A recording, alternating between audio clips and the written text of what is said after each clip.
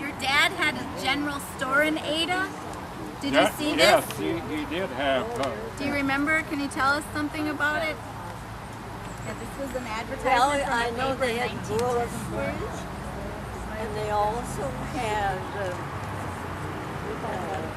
material. You could buy material and other little things. And I know that one man came in and he said, I would like some fly paper. You know what fly paper is? The thing you hang down and catch the fly.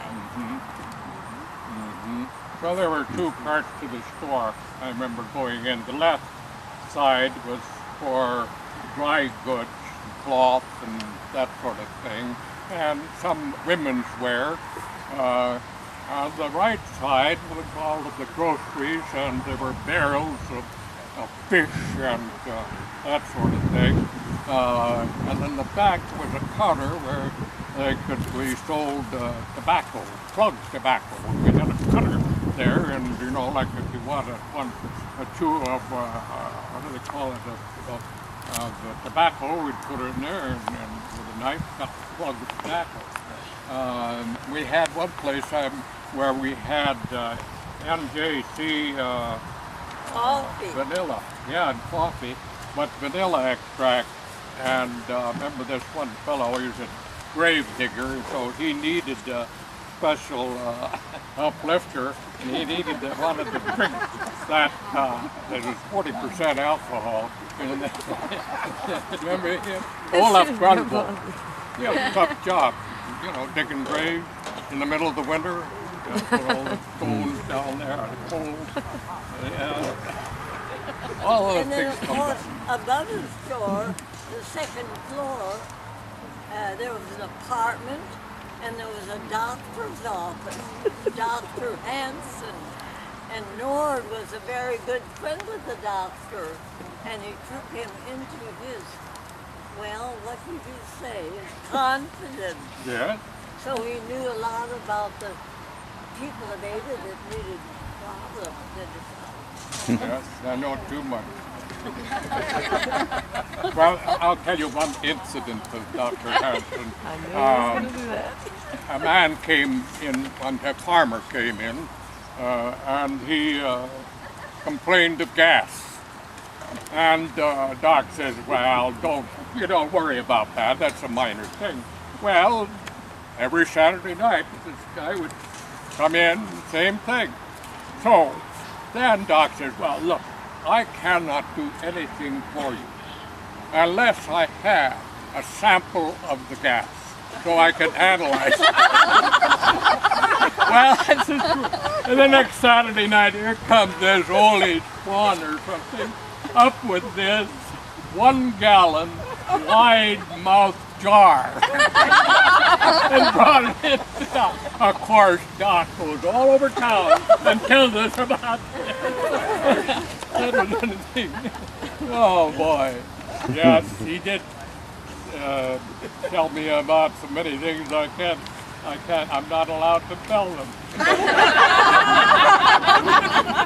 What about the one that you said, how much it would cost to bury him, or how much it would cost to operate? Well, okay. One evening I was sitting there with the doc. Of course, he was always smoking. He had one of those roll-top desks. And in the top drawer, he would put his cigarettes. He'd buy these old golds in the tins and line them up in there. He smoked with a cigarette lighter. His hands were yellowish from the handling the cigarettes. But anyway, one night, a man and a woman came in to his waiting office. I got up to leave. No, Doc said, just sit there. We'll take care of this in a short time. So this man was hunched over. He was in pain.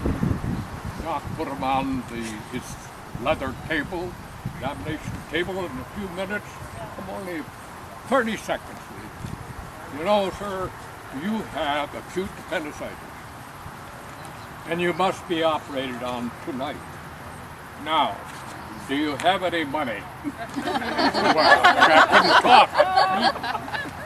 He was down in the... Okay, so Doc got on the phone to the county commission. And he said, Mr. Scarwood, I have this Mr. So-and-so here, and he's got acute appendicitis. He must be operated on tonight. Now, Mr. Scarwood. Mr. Scarwood is also county commissioner.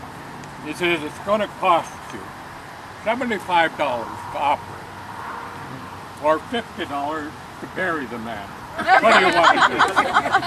Look at that man, he was so, it didn't make any difference. Of course they decided to operate. So I was about to leave, and I said, no, come with me. I'll show you how it's done. We didn't have a hospital, we just had a residence in which the kitchen had been converted to an operating room with a glass panel. And so I went up there.